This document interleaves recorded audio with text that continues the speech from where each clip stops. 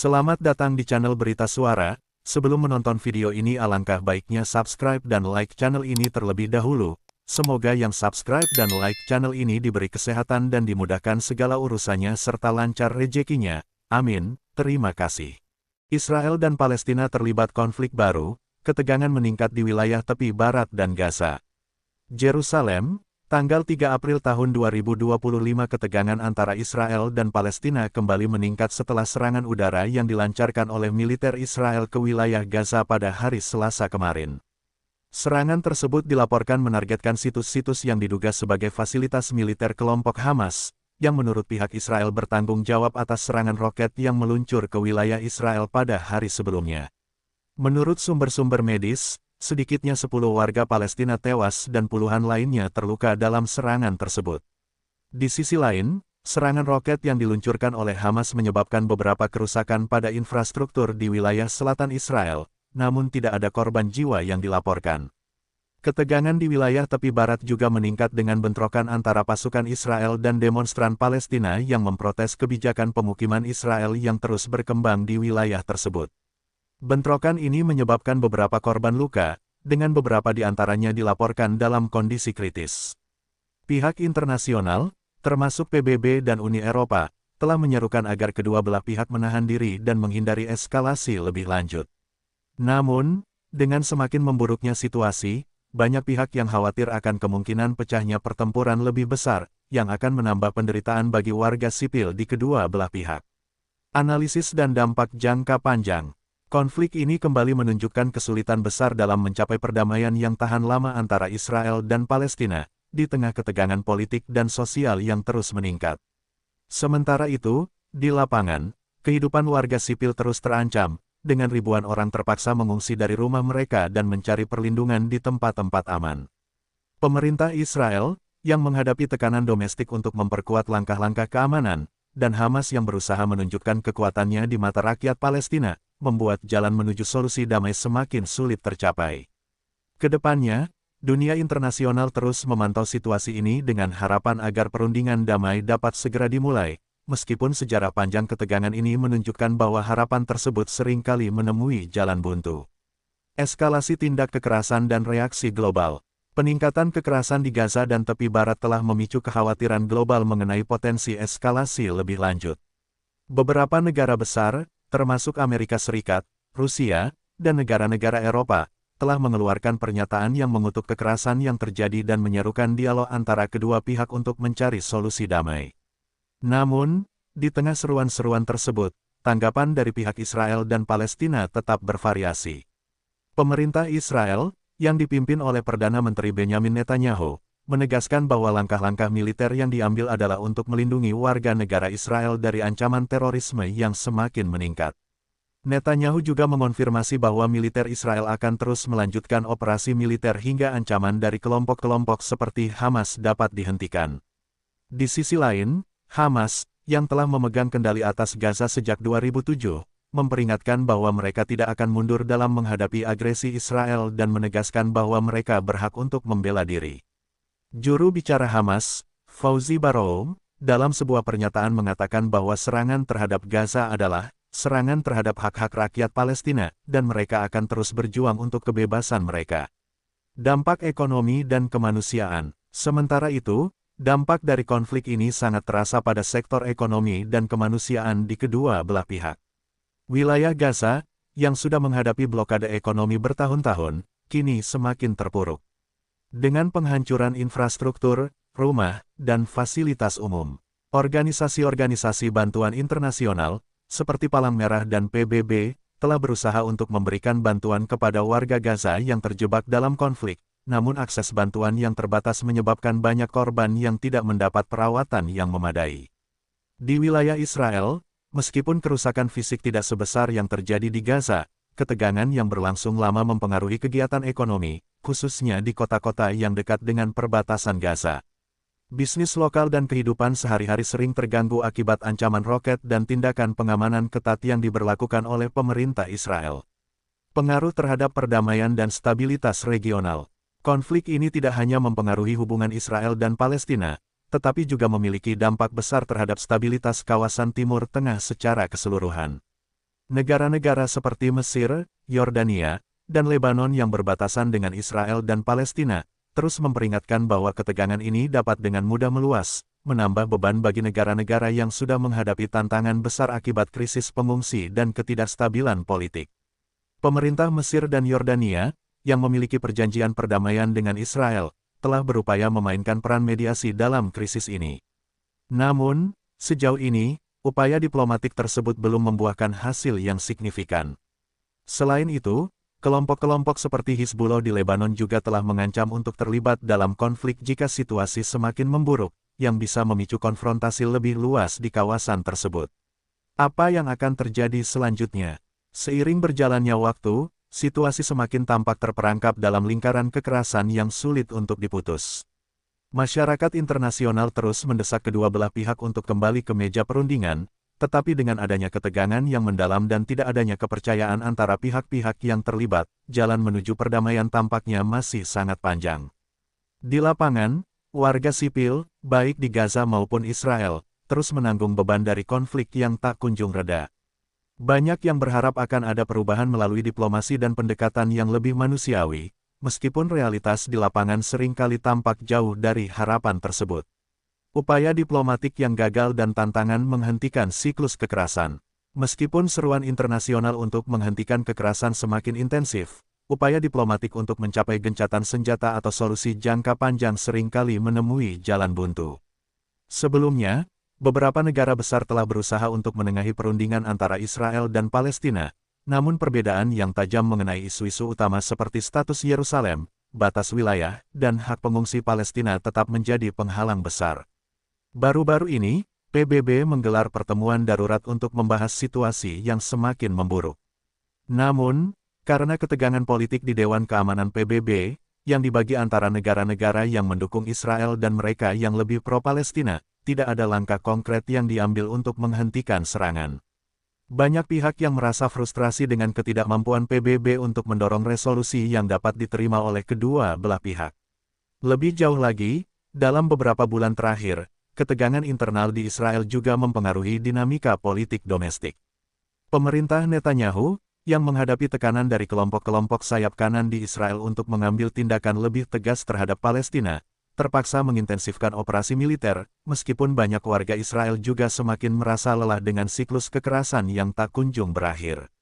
Di sisi Palestina, meskipun ada dukungan luas terhadap perlawanan terhadap Israel, friksi antara faksi-faksi politik seperti Fatah dan Hamas juga turut memperburuk situasi, membuat upaya penyatuan di pihak Palestina semakin sulit.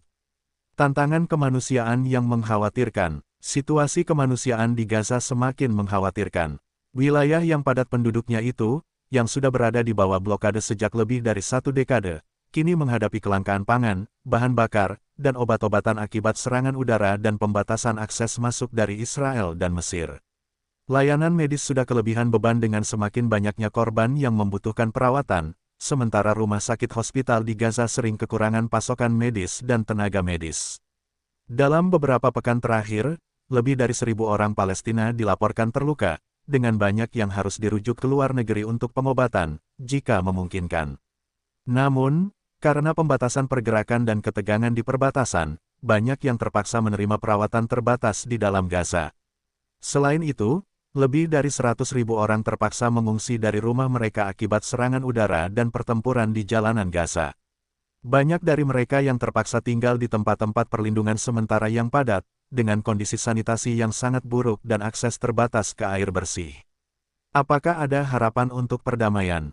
Di tengah kekerasan yang berlangsung terus-menerus, banyak yang bertanya-tanya apakah perdamaian masih mungkin tercapai. Meskipun banyak yang merasa putus asa, ada juga sebagian yang percaya bahwa hanya melalui pendekatan yang lebih inklusif dan berbasis pada hak asasi manusia yang adil, perdamaian dapat terwujud. Misalnya, beberapa kelompok masyarakat sipil internasional mengusulkan pendekatan berbasis rekonsiliasi, yang mengutamakan dialog antara warga Israel dan Palestina, tanpa terlalu bergantung pada perundingan politik formal yang sering kali buntu. Namun, tantangan utamanya adalah mengubah dinamika kekerasan yang begitu mendalam dan rasa ketidakpercayaan yang telah bertahan puluhan tahun. Kedua belah pihak semakin merasa bahwa perjuangan mereka adalah masalah eksistensial bagi Israel, ancaman terhadap keamanan dan kelangsungan hidup negara mereka, dan bagi Palestina, perjuangan untuk kebebasan dan pengakuan hak mereka atas tanah mereka sendiri. Peran masyarakat internasional dan masa depan konflik. Masyarakat internasional, terutama negara-negara yang memiliki pengaruh besar seperti Amerika Serikat, Rusia, dan negara-negara Eropa, akan terus memainkan peran penting dalam mencoba menemukan jalan keluar dari konflik ini. Namun, dengan situasi yang semakin rumit, sangat mungkin bahwa upaya-upaya ini akan semakin sulit untuk dilaksanakan tanpa adanya perubahan mendasar dalam dinamika internal kedua belah pihak.